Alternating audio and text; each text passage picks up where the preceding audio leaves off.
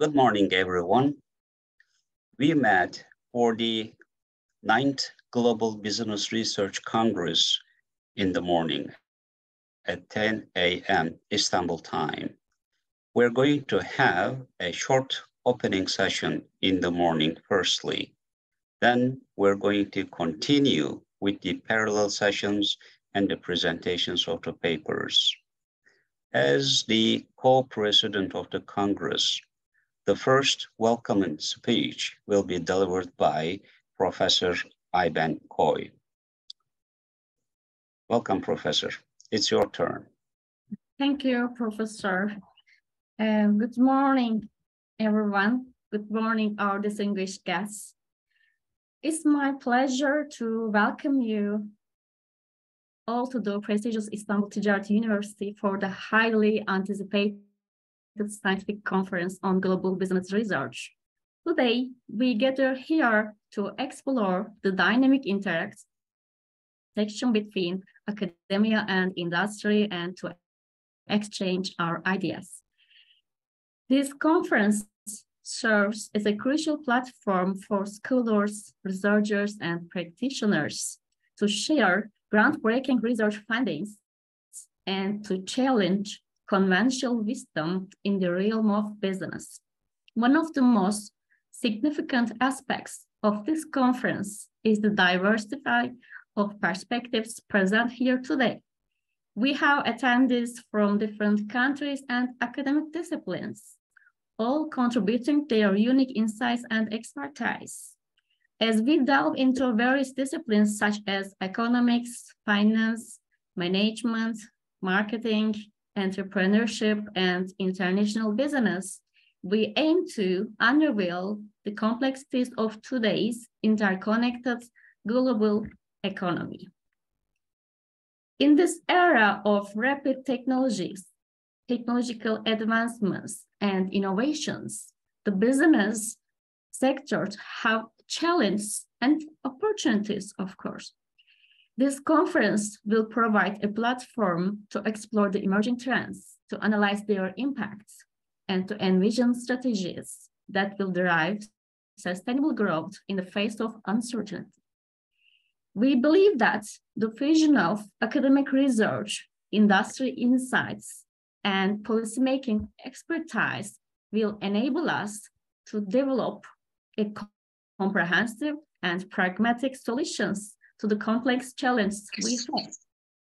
By strong connections and sharing the knowledge across disciplines, we can foster innovation, drive economic growth, and create an inclusive and resilient business environment. Istanbul Ticaret Üniversitesi, renowned for its academic excellence and commitment to research, is honored to host this remarkable event. Our institution has a rich tradition of producing visionary leaders, entrepreneurs, and scholars who have made significant contributions to the field of business. We welcome participants who share our passion for advancing these disciplines. Before I conclude, I would like to express my sincere gratitude to the organizing committee, all those who have worked tirelessly behind the scenes to make this conference a reality, especially to Professor Suat, Teker, Teker, Nihan Yavuz, Sergio, and all the team. We are grateful for your contribution. Thank you once again for joining us at the Global Business Research Congress at Istanbul Ticaret Üniversitesi.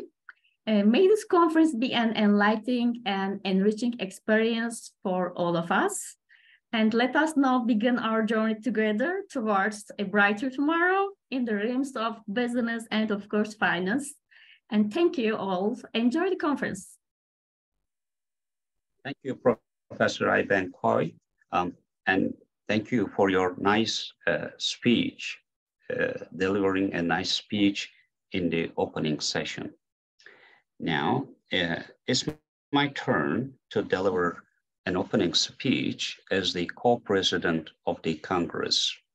And also, I would like to welcome to all colleagues friends, and distinguished guests. This year, we are honored to organize the 9th Global Business Research Congress as an online Congress again. As a matter of fact, the first decision we made about organizing this Congress as an online Congress in October 2019, which was well before the Corona problem came out. In recent years, we observe, and everyone can observe the same thing, actually, the number of Congress participants has been diminishing for all Congresses around the world. First of all, it's very costly for participating in a face-to-face Congress. You have to pay a large bill for airfare, hotels, lodgings, meals, registration fees, visas, for all other personal expenses. Moreover, it's very time-consuming. You have to travel, stay overnight in a hotel, take local transportation to get to the Congress venue. Therefore, you need to allocate at least 2 or 3 days for your 15 to 20-minute presentation. Also, as you know, most universities had a budget cut for supporting Congress participations of academics. An online Congress, on the other side, provides a tremendous advantage for participants. Firstly, you do not need an extra 2 or 3 days to deliver your 15-minute presentation.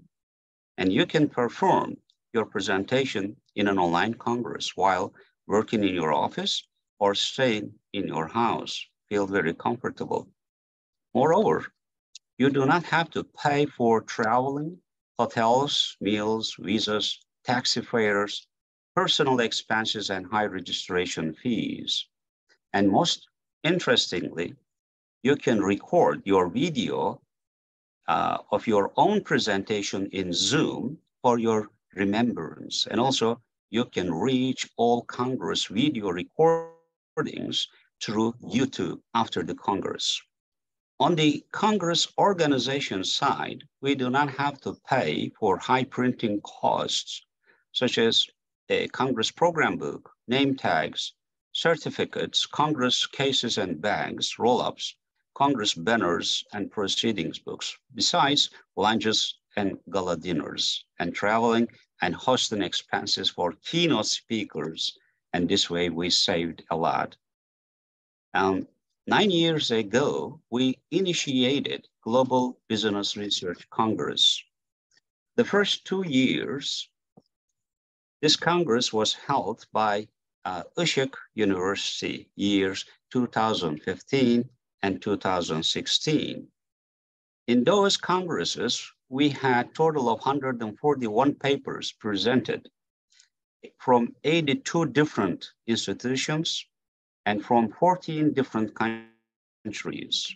The following 2 years, year 2017 and 2018, this Congress was hosted by Istanbul Technical University.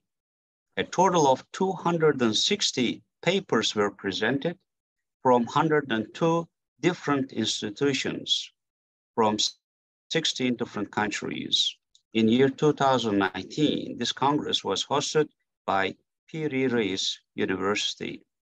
A total of 73 papers presented from 47 different institutions and participants from 9 different countries. In year 2020, Congress organized as an online Congress is the first time. And at this Congress, we had 66 papers from 7 different countries, people participating. In 2021, Congress was organized as an online Congress once more. A total number of papers presented was 40 from 37 different organizations from 13 different countries.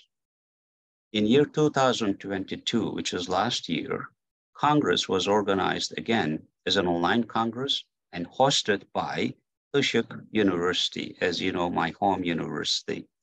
A total of 67 papers presented from 49 different organizations and from 13 different countries. This year, as the fourth time, we organized this Congress as an online Congress again, and Congress is hosted by Istanbul Ticaret University. And this year, we have a total of 78 papers to be presented from 42 different organizations and from 9 different countries. And these countries participating in today's Congress, not in any particular order: United States of America, United Arab Emirates, Dubai, Jordan, China, Nigeria, Romania, Canada, Philippines, and Turkey. And also, I like to list the participating organizations in today's Congress in alphabetical order. Adayemi College of Education from Nigeria, Adnan Menderes University, Beykent University, Başkent University, Burdur Mehmet Akif Ersoy University, Canadian University Dubai, 9 Eylül University, Ege University, Gebze Technical University, Giresun University, Işık University, İstanbul University, İstanbul Gedik University, İstanbul Medeniyet University, İstanbul Medipol University, İstanbul Okan University, İstanbul Ticaret University, of course, and İstinye University, Kent University, Kocaeli University, Karatay University, Marmara University, McGill University, Canada, Nişantaşı University, Austin Technical University, Piri Reis University, Portland State University of USA, Samsung University, Shenzhen College of International Education of China, State Islamic University, King Abdurrahman Wahid University, TED University, Torun Metal, Trabzon University, Turkish Airlines, Turkish German University, Uludağ University, University of Jordan, West University Timisoara, Romania, and Yıldız Technical University.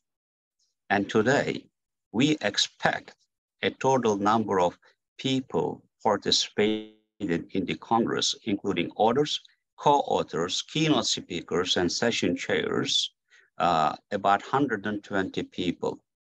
Moreover, we have a number of listeners from many other institutions. Therefore, we expect to host today about 200 participants for this all-day long activity. Including this one, Global Business Research Congress so far hosted a total of 741 paper presentations from 404 institutions and people from 81 countries. And these figures actually tell us we had a good progress on making this Congress a well-recognized international Congress. And we will keep working to make Global Business Research Congress much better in the following years and expand a larger geography. I would like to explain some of the values of this Congress for the participants. This Congress covers all sub-disciplines of management science, such as strategic management, human resources, marketing, organizations, economics, econometrics, finance, accounting, business law, health management, management information systems, total quality management and control, entrepreneurship and innovation.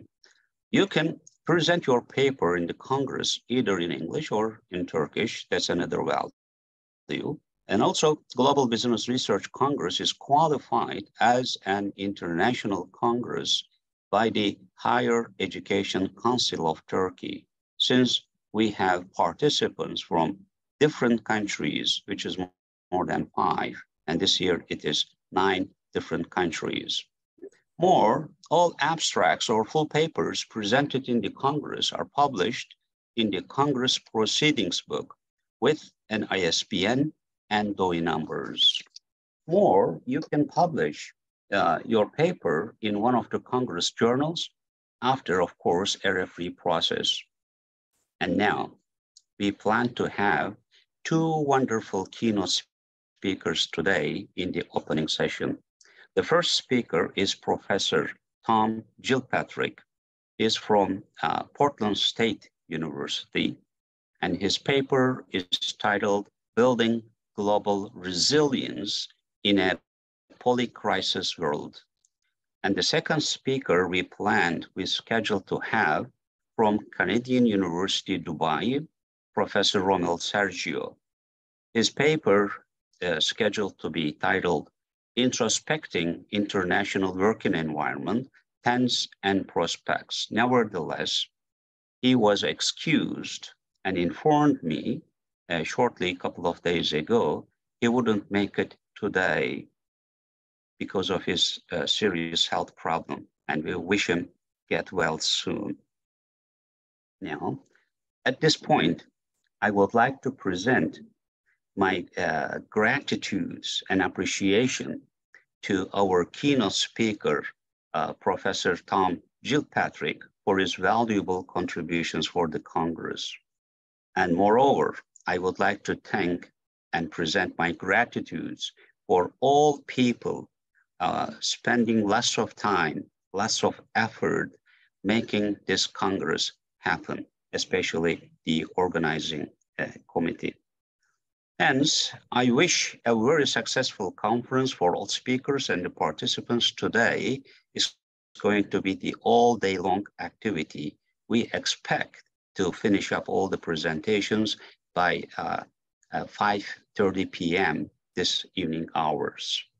And also, I wish to see you all next year on the next conference again. Now, I would like to invite Professor Ömer Torlak, the Rector of İstanbul Ticaret Üniversitesi. Thank you, Professor Suat Teker. Thanks of all. First of all, I would like to very contribution Congress and conference to all participants.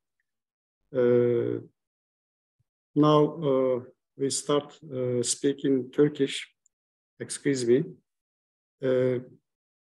Değerli katılımcılar, her şeyden önce paydaşı olduğumuz böyle bir konferansta gerçekten sizleri ağırlamak ve sizlerle birlikte olmaktan çok gurur duyuyorum. Öncelikle konferansın düzenlenmesinde emeği geçen Suat Hoca'ya, Ayben Hoca'ya ve tüm ekibe teşekkür ediyorum. Tabii ki gerek davetli konuşmacıların sunacakları önemli bildiriler ve bildiri sunacak çok değerli konuşmacıların da çok önemli katkı sunacağını düşünüyorum. Ben çok uzun tutmayayım konuşmamı. Eminim ki çok kıymetli sunumlar yapılacak. Ben tekrar tüm katılımcılara hem şahsım hem üniversitemiz adına, İstanbul Ticaret Üniversitesi adına selam ve saygılarımı sunuyorum. Teşekkür ederim. Thank you, Professor Ömer Torlak, for your very nice welcoming speech and your support for the Congress. Now, I would like to move on to introduce Professor Tom Gillpatrick. As you know, is from Portland State University. Let me recover his CV shortly. He is a young professor of marketing in Portland State University since 1996. He received his BS degree in marketing in California State University, an MBA degree in Utah State University, and a PhD degree in marketing in University of Oregon. He was invited as a speaker for 42 different international meetings in many different countries in the world. maybe the number increased in the last couple of months, I suppose so. He authored a large number of publications in academic journals and proceedings. He served as a visiting professor in different universities in Vietnam, Germany, and Turkey. He is a member of Academy of Marketing Science, American Marketing Association, Association for Consumer Research, and Beta Gamma Sigma National Business Honorary, and a founding member of National Association of Scholars. He teaches marketing strategy, retailing management, consumer behavior, international business, and consumer products marketing. Now, we are ready to listen Professor Tom Gillpatrick. It's your turn, sir. Thank you very much. That was a very gracious introduction for me. Much appreciated. Let me see if I can get my screen. Can you see my screen now? Let me stop screen sharing by myself now. Yes, we got yours. Okay, thank you. Well, I am very honored to be here. This is my second time to participate with this conference. It's a big pleasure to see it grow and become more important. And I agree with all the logic that Professor Teker talked about in having the virtual conference. He's 100% right. However, it's also nice to be in Istanbul. So I will say that as well. I am very thankful for also the host conference, the host university, Istanbul Ticaret University, or Commerce University, I think, if I understand correctly. So your participation in making this a reality is important. My topic today is on building global resilience in what was a new term for me recently, a polycrisis world. I think that we have seen lots of disruptions in our world over the last 5 years, 10 years. It seems to be increasing. So I have done a little bit of analysis looking at what people are saying, and I would like to share some of that with you. So this is sort of an outline of what my talk will be for you this morning. A little bit, I'll start off by setting the stage. We are living in a world that's increasingly volatile. Another name that I like, or an acronym, is we live in a VUCA world, a world of increasing volatility, a world of uncertainty, of change, and ambiguity. And it seems these factors seem to be increasing. I have taken a number of my material from a recent World Economic Forum meeting that talked about polycrisis and global risk. And then another set of phrases that I will mention to you that I found interesting, that we are increasingly living in a world of black swans, gray rhinos, and silver linings. Now, black swan, of course, comes from the book of that name about 10 years ago that talked about discontinuous change and how our world is being disrupted by black swans. And what this is really describing a world of uncertainty, not a world of risk, but a world of uncertainty where it's hard to forecast. Events are occurring that we really didn't see or imagine. Gray rhinos is a term where we have some degree to calculate risk. So it's more of a risk assessment. So we can look at potential events and probabilities and pretend that we know well. And then silver linings, I'm a marketer, and marketers like to be optimistic. So where can we see advantage in this world that's increasingly volatile? There's certainly lots of challenges, but additionally, we should also look at where there are potential advantages. So I will go through a number of strategies that perhaps we can use to mitigate risk of living in a world of polycrises. I will give you 10 strategies that I have found in my review of the literature of this. And then I, again, will talk a little bit about this idea of resilience, which again comes from some of these materials on black swans and by the same author, a very interesting book called Anti-Fragile, that we need in a world of increasing volatility become more adaptable or more resilient to change is important for us as a managerial mindset. And then I'll have a brief summary. So this is an overview of what I will attempt to talk about. This next slide really looks at, from a survey of business leaders around the world, experts, of what are the short-term and maybe longer-term 10 years from now, what kind of risks do we face in our world? And certainly in the last couple of years, for everywhere in the world, cost of living, inflation. You know, I'm a little bit humbled. My American colleagues are complaining very loudly about inflation of 8% or 10%. And I think we could learn something from the resilience of Turkish consumers that, you know, have suffered much higher inflation. And but this is truly a global problem around the world. We can talk about that. Another factor that we see that's increasingly happening is climate changes, natural disasters. Certainly again here in Turkey this year, the beginning of the year with a terrible earthquake in the southern regions, Hatay region. I have friends from Hatay that live in estates, and my heart goes out to them and their families. But these kinds of risks, natural disasters, seem to be increasing. Geoeconomic confrontation, you know, today, I mean, as an American, we seldom go a day without the news about talking about China and America and economic competition between us is something that we need to deal with. And because the Chinese and North American economies are so large, it also means it's something that the rest of the world needs to deal with as well.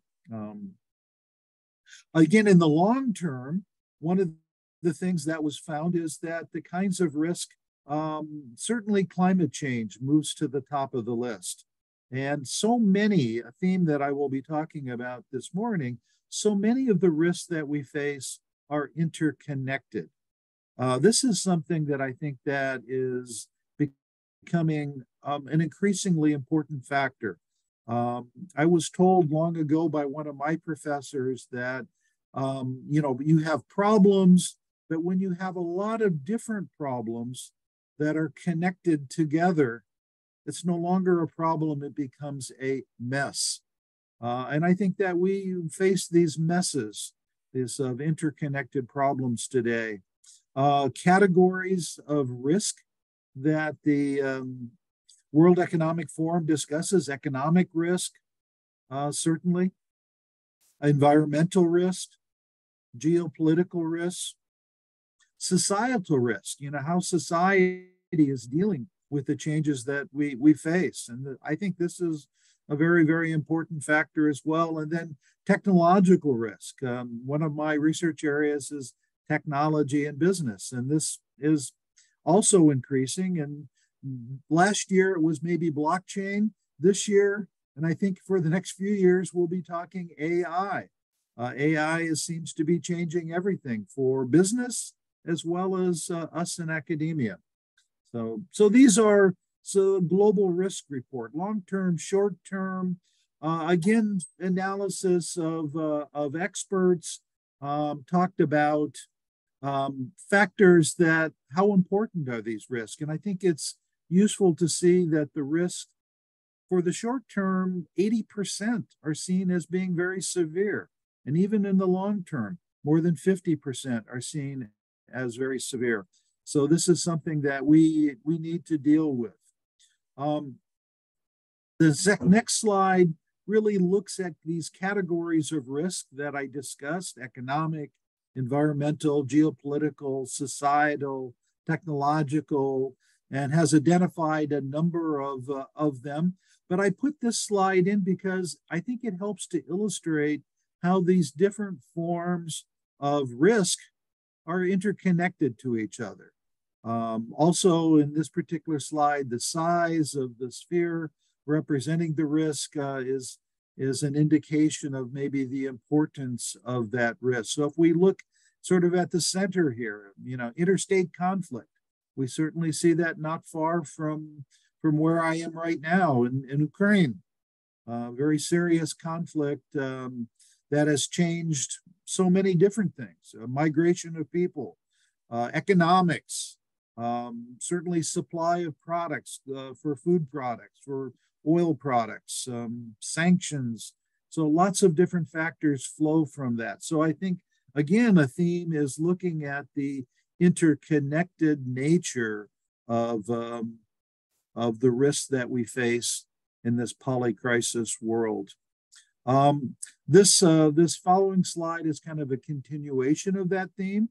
It's looking at long-term and short-term risks, where if you go to the upper right-hand quadrants of this matrix, as you see, where do short-term risks and long-term risks combine? Maybe that's an indication of things that we need to look at. And certainly we see environmental risks high on the list here.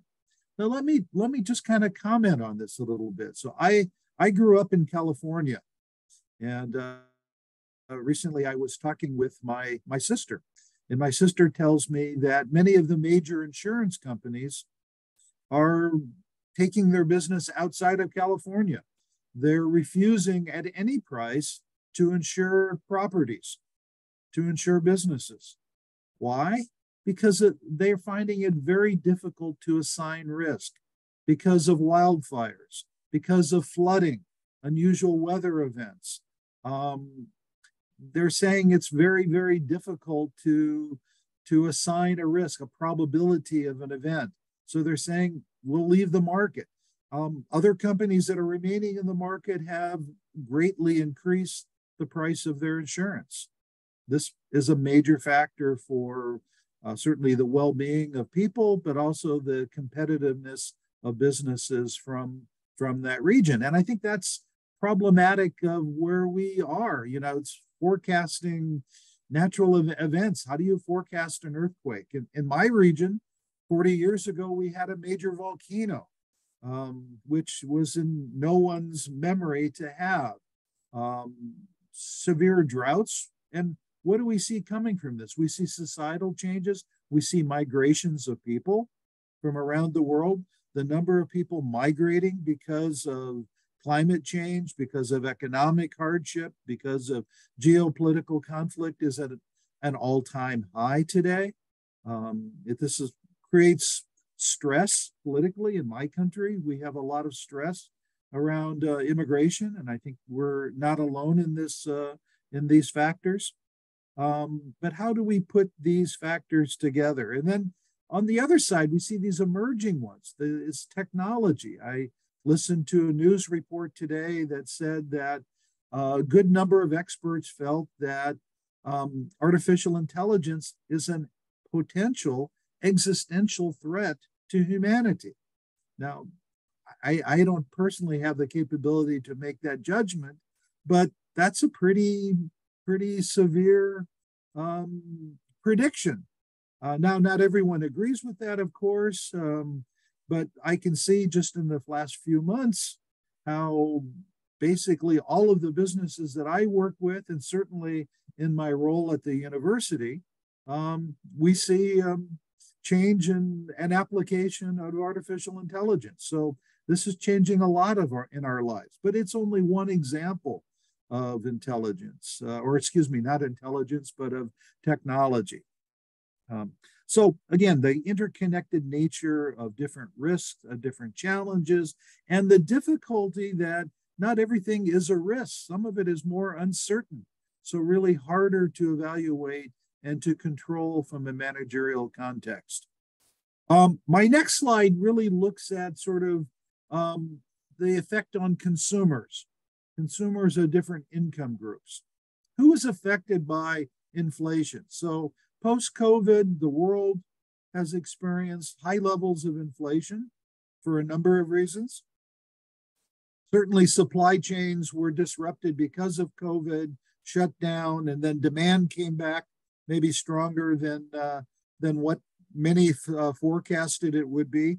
But a number of factors have led to that, including in my country, printing of money has certainly led to some economic disruptions everywhere. But what I wanted to really point out, which to me is a meaningful part of this, is I'm looking at what is the cost of living implications for people of different income groups. And inflation inevitably affects the poorest people the most. So if we have a disruption in grain from Ukraine, from Russia, that's certainly going to affect a lot of people here in Turkey. It's going to affect a lot of people in the Mediterranean region and Africa. And one of the businesses that I work with in Portland, Oregon, is a company that manufactures bread. And yes, it is also, in fact, affected by this, even though I live in a region where we have a lot of agricultural producing of wheat, of grains, but it's a global world. Again, showing us that these risks, these problems are tied together in a way that perhaps they've never been tied together before. A century ago, a failure in wheat crops, a problem in Ukraine would be more regionally contained. Today, it really affects the full world, and it affects the poorest among us the most vulnerable. And I think that is a very important societal issue. The next slide I took also, it's a little bit random. I apologize for that, but I looked at a set of countries around the world, and I know that we have many participants at this conference from a number of these countries. But what are the kinds of risks facing? So, if I look at Turkey, sustained inflation has been a key issue. Employment crisis, underemployment at universities. I know that many students, have a challenge finding good employment out of the university. Commodity crisis certainly is something. Debt crises, foreign exchange levels here are something that is a challenge. And this whole impact of commodity shocks, certainly on the economy. But we see a set of interrelated factors in many of these all over the world. So what I wanted to show you with this slide was kind of an impact of what that might be, what that looks like. Let me move on. Okay, so I have a set of 10 factors. I will start off by showing you these 5. I have some discussion, then I'll come back with another set of 10. So in this world of polycrisis, a world that's more volatile, uncertain, ambiguous, constantly changing, what can organizations do? How can we prepare ourselves to be more resilient in the face of crisis? How can we prepare ourselves to be more adaptable? And then for us, people like me that work in universities at a business school, what can we do to prepare our students to be more effective managers in a world that is more volatile? So some suggestions. Developing more robust risk management systems. So it's really been shown that we're not doing a good job of forecasting risk. Most recently in the COVID crisis and the subsequent supply chain crisis that followed, I did research, and it was really interesting for me that I found globally is that many companies buying supplies really did not have visibility into the full supply chain of their source of supply. Maybe they saw the company they were buying from, but they didn't see the suppliers from their own supplier, and they really lost track of the interconnected nature of supply chain and grossly underestimated the risk of a problem. And we see some change of that. So many American companies and European companies, and really companies all over the world, increasingly have relied upon suppliers in China. To a great extent, China has become the manufacturer of the world. I think about 40% of global manufacturing is out of China. So having a single source of supply for many industries is a severe risk problem. So we've talked about ways to onshore, reshore, nearshore, really have multiple sources of supply throughout the world. Maybe better risk management can help understand that for all of these different types of risks. Economic risk, geopolitical risk, technology risk. What does it really mean for our business? And then number 2 is fostering agility and adaptability. How can organizations cultivate a culture of agility? I think this is something that perhaps, someone like myself, an American, and my family's from Germany originally, we have been blessed with living in perhaps nations that are fairly stable. I don't think anything is really stable, but we can learn something from this region. This region has dealt with lots of crises for time. There's a lot and survived. And so I think, understanding, learning ways to be managerial adaptable. It's maybe harder to do some long-term plan, or we need to have different scenarios in our planning models, which scenario planning is an advocated methodology for this. But I also think it really also means a mindset of managers to be willing to be adaptable, to look at problems from a multiple perspective method, to be willing to try new ideas, to try ideas that maybe came from somewhere else, from another company, from another country, from another industry, to where we can learn from the experience of others more effectively. And I think this really needs to be illustrated throughout an organization. It needs to be practiced not only by the top managers. Certainly top managers are really critical.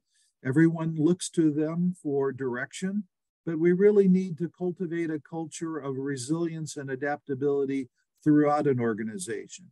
We need to encourage the newcomers to organizations to be able to experience and to practice and develop their skills with respect to resilience and adaptability. And that maybe means we need to change how we practice our existing business. Number 3, enhance collaborations and partnerships, building resilience in a complex world.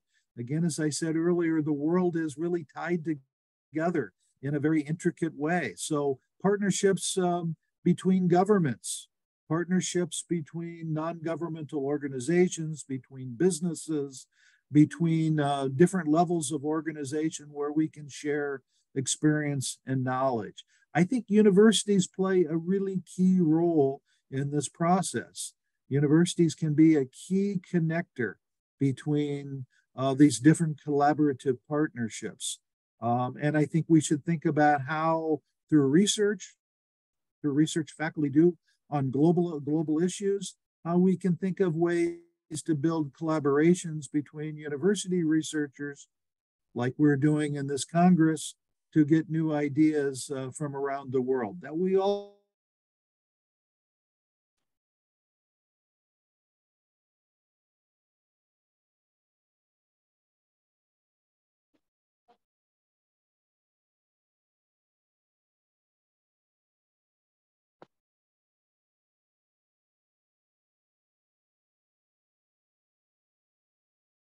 supply chains. This is an area that I certainly have done some work in. There is a need to have diversify our supply chains.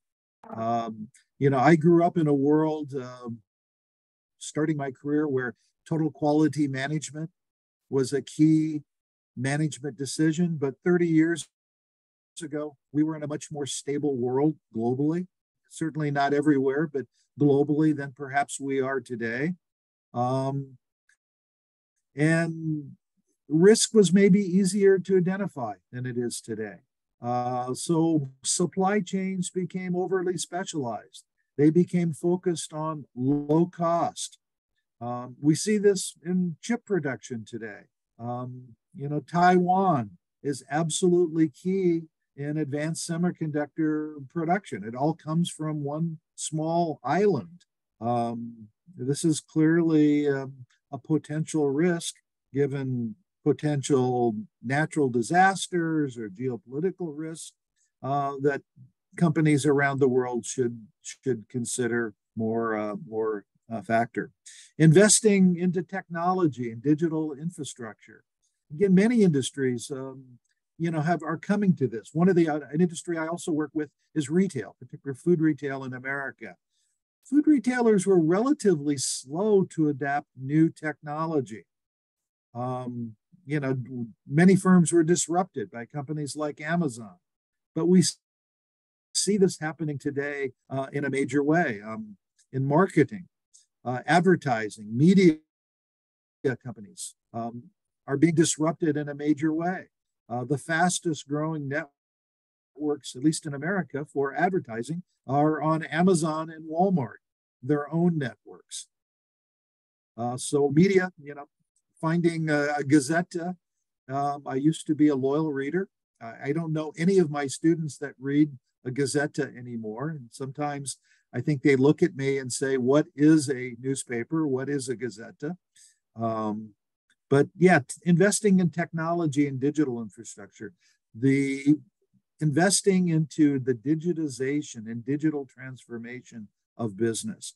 We see when you look at the market cap of major companies around the world, if you look at the increase in wealth around the world, it's coming from digital technologies. The abilities to scale at a relatively low cost provide amazing advantages. Certainly in artificial intelligence, this is also true because these large language models that have been getting so much press require enormous amounts of data to train on. Well, where can you get enormous amounts of data? Well, large countries, China, America, India, would have an advantage in this. Large organizations have an advantage in this. So this might also be a factor that leads to a digital divide between have and have-nots that we need to be concerned about. Investing into digital technology and infrastructure. It's new ways to do business. I'm, living for a short time in Istanbul. I'm very impressed by the home delivery services. You are far more advanced in home delivery here than we are in America. Financial services sector is very advanced here. We can learn from each other. But what does it mean? What do we have to do to have a digital business? What kind of skill sets are important? What do we need to train people? A recent survey of managers in America said that a lot of our students really don't have what they need. This slide is a little hard to read. I'll share these slides with you that you can have, Suat. But again, factors, how do we, preparing for factors, what is the potential or risk factors for a variety of these risks that we've talked about? They're color-coded. And this is an attempt to show a gap between preparation. Social cohesion, another risk that we factor today. I put this slide in because I think it shows, again, how social cohesion is affected by so many of the other risks that we have, whether it's interstate conflict, digital inequality, health issues, cost of living, economic issues. These are all tied together and really affect the social cohesion. And at least in my country, we're very much a divided country politically because of social cohesion. This is something that in my opinion, is a problem for us, and I think a problem for others. As managers, what things can we train? Flexibility in adapting. Number one factor with the workforce, how to train people to be flexible, to be adaptable, how to train people to take risk. You know, because you're going to have to fail. You will fail, but try not to fail too often at the same thing. So we need to encourage organizations to do that. Technological savvy.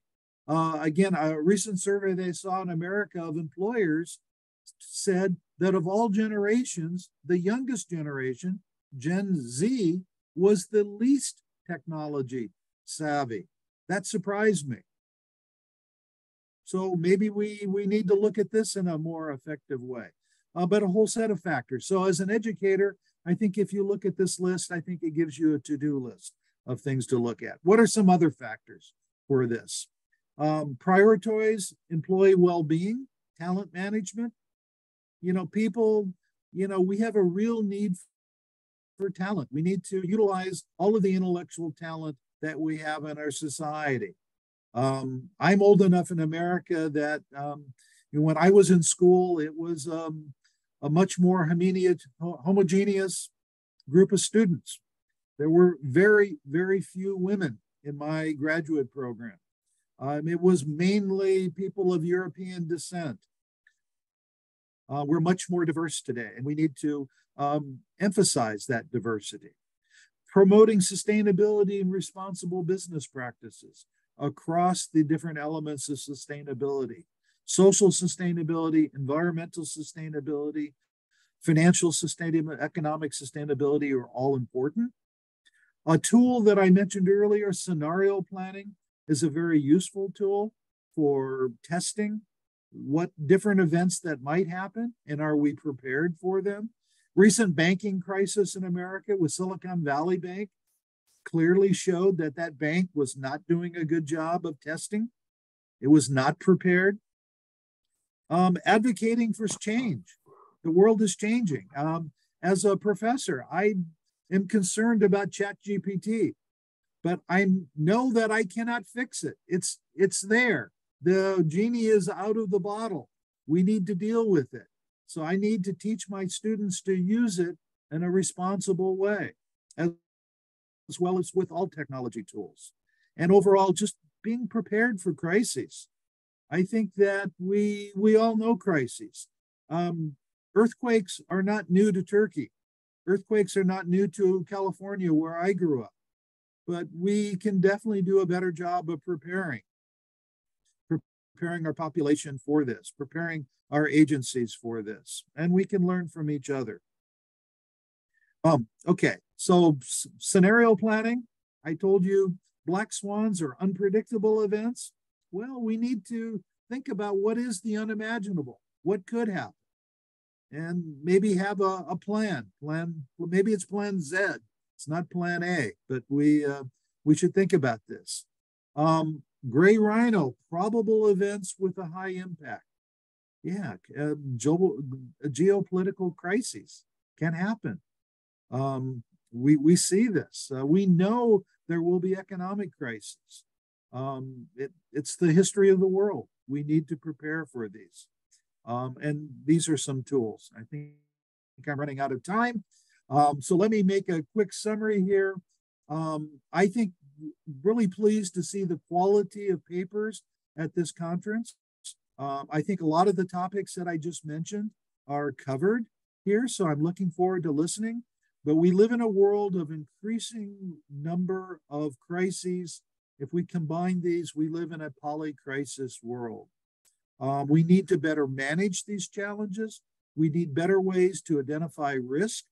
These risks that we face are most generally interconnected and require a collaborative effort between government, business, and organizations throughout the world. As managers in companies, as universities, we need to do a better job of training with use of technology, willingness to be adaptable, to try new things, maybe to fail. And increasingly, we need to adapt our planning models in business to using a multiple perspective mindset. So we need to get out of our own small, narrow, myopic world and look at the world from a more global mindset. And with that, I will thank you for your times. I wish everybody a wonderful conference, and I look forward to hearing the other presentations. Thank you. Thank you, Professor Gillpatrick, for your valuable and very precious contributions. I like to spend a couple of words. We like artificial intelligence, everyone.